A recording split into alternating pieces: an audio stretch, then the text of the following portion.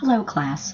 So today what I want to do is navigate the periodic table. So this is called Getting to Know the Periodic Table. And what we're really going to be doing is kind of a hack. We're going to be using the periodic table to understand electron configurations. And if you use the periodic table, it makes doing electron configuration diagrams much simpler. So I'm going to ask you to take out the periodic tables that I gave you in the beginning of the year. So if you need to pause the video for a second, pause the video, but get out your periodic tables, please. So now, let's take a little quick detour and recall the orbitals that we've been talking about. So we've talked about 4 kinds of orbitals, S, P, D, and F. But for now, let's concentrate on S, which you'll recall the sublevel S has only one orbital, and it's spherical in shape. The P sublevel has 3 shapes of orbitals, and they are shaped roughly like dumbbells, and again, they sit on the Y, X, and Z axes. And then we talked about the D sublevel, and that has these orbitals, 5 orbitals. 4 of them are cloverleaf in shape, and 1 is, I call, a dumbbell with a donut. So the reason I'm showing you these is to remind you that an orbital can only hold 2 electrons. So an S orbital can hold a maximum of 2 electrons. A P orbital can hold 2, 4, 6, or a P sublevel can hold 2, 4, 6, so 2 per orbital. And a D sublevel with 5 orbitals, if each orbital holds 2 electrons, 2, 4, 6, 8, 10. So just keep that in mind. S, 2, P, total of 6, D, total of 10. And if we talked about F, which has 7 orbitals, it would be 14. Which brings us to our periodic table of the elements broken down into blocks. So if you get to know the periodic table, you pretty much can figure out everything you need to know about an element. Now this particular one is colored in, and it's colored in, and I'm not going to make you do a coloring activity because that seems silly for an honors class, but I do want you to take a moment and to mark up your periodic tables. So after this slideshow is over, I have posted on my website a shortened version of this PowerPoint so that you can use it if you don't have time today to color in your periodic table. But what I want you to notice is this part here, the first 2 columns are labeled S, the S block. And then if you come over here to the right, there's a section labeled P block, and then the transition elements in the center are labeled D block, and down here at the bottom, the lanthanides and actinides are labeled F block. This is pretty cool because if you remember what I just said on the previous slide, the S sublevel has 1 orbital and it can hold 2 electrons, S1, S2. The P block corresponds to the P sublevel. Remember, the P sublevel has 3 orbitals that can hold 6 electrons. Let's count across here. 1, 2, 3, 4, 5, 6. Awesome. And then if we come down here to the D block, we have 1, 2, 3, 4, 5, 6, 7, 8, 9, 10. Shockingly, that corresponds to the 10 electrons that can fill in a D sublevel. And finally, down here in our F block, you can count across. I don't feel like counting, but if you count across, there's 14. So what this allows you to do then is to remember that looking at the periodic table, you can figure out where the electrons are filling in and what the configuration of that element is. And if you look at the periodic table that I gave you, you will see that underneath the element symbol, underneath down here, it actually gives you the one-line electron configuration.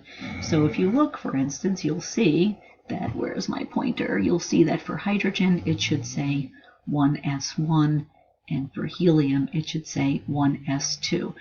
Legitimately, helium should be hanging out over here, but because it is happy and it has a full outermost energy level, it behaves like a noble gas. So again, if you're looking at the periodic table, you know that everybody in this first column has one s electron, and everyone in this column has two s electrons. If you come over here to carbon, you can figure out what its electron configuration is just by looking at the blocks. So I know also that every row of the periodic table corresponds to the principal energy levels, and there are 7 possible energy levels, and let's count 1, 2, 3, 4, 5, 6, 7. So remember that these 2 rows down here actually fit in here. They actually fit in right in this here. So if you remember, this is element 56, barium, and lanthanum is element 57. So these actually scooch in here. So this is actually still row 6, and this is actually still row 7.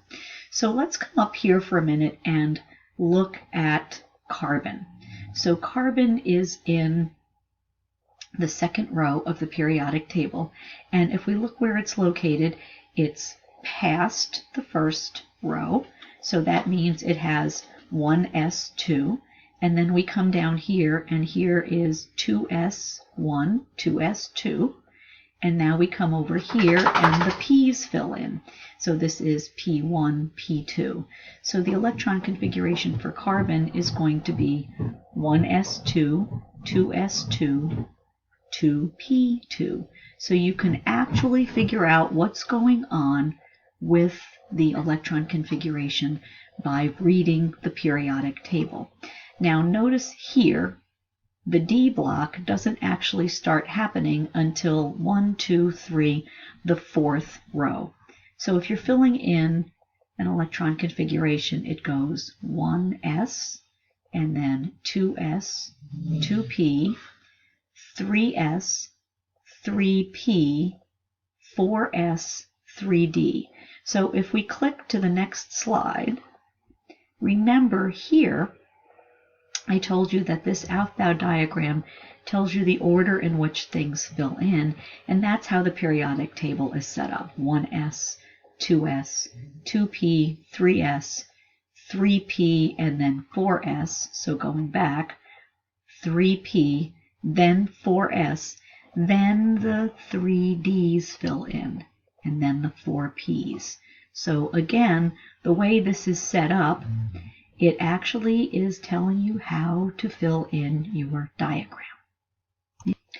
So here what I'm going to try to do is fill in electrons using my arrows, and what I'm going to try to do is start with hydrogen and work my way up to hopefully neon. So let's see if we can do this. So what I'm going to do is I'm going to put in my first electron, that would be atomic number 1, hydrogen. My second electron, atomic number 2, helium. My third, atomic number 3, lithium. My fourth, atomic number 4, beryllium. Atomic number 5, boron. 6, carbon. 7, nitrogen. 8, oxygen. 9, fluorine. And 10, neon. So now what you're seeing here is, again, the electron configuration using the arrows, and if you looked at your periodic table at the same time, you could see as you're moving across, you can count your electrons. So here for neon, 2, 4, 6, 8, 10, and you'll notice that it's past the first row, so the 1s is filled in because that's all there is for the first row. For the second row, the 2s is filled in, and it's past the 2p. It's at the last row of the 2p, and that turns out to be a noble gas configuration. And the noble gas configuration is notable because the outermost energy level is filled, and it turns out that when the outermost energy level is filled and it has filled S and P sublevels, that equals 8 because 2 plus 6 is 8, and chemists say 8 is great. So that configuration is extremely stable, and that's why the noble gases are so unreactive. So now back to the slides. This slide shows the periodic table, and again it points out that the first two columns are the S block, and again where the two S electrons are filling in with the exception of our little weirdo helium here. And then this section over here is the P block, and then the D block and the F block. And I like to point out that the so-called S and P blocks of the periodic table are referred to as the main group elements. And then down here, these are called the transition elements and the inner transition elements, because the inner transition elements actually scooch in up here.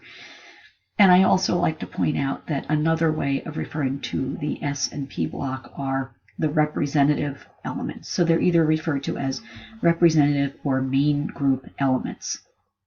The next slide points out, according to our Aufbau diagram, that here the period number and the row number are telling you which S, for instance, and which P sublevel are being filled. But when we get to the D's, remember that the D's fill in after the S's of the next energy level. So everything in here, the D's, are always one row less. So it goes 4S, then 3D, then back to 4P, and then here 5S, 4D, 5P. So it's the row number minus 1 to tell you which D sublevel is being filled. And then when you get to the F sublevel, it's 2 less. So again, here, if you're talking about 6S, then it would be 4F. So it would be 6F, 6S, 5D, 4F. So the F's are 2 rows behind when they fill in. And then finally, I have one more slide that I wanted to show you, and this is the Orbitron Gallery of Atomic Orbitals. And I think this comes from the University of Sheffield in England.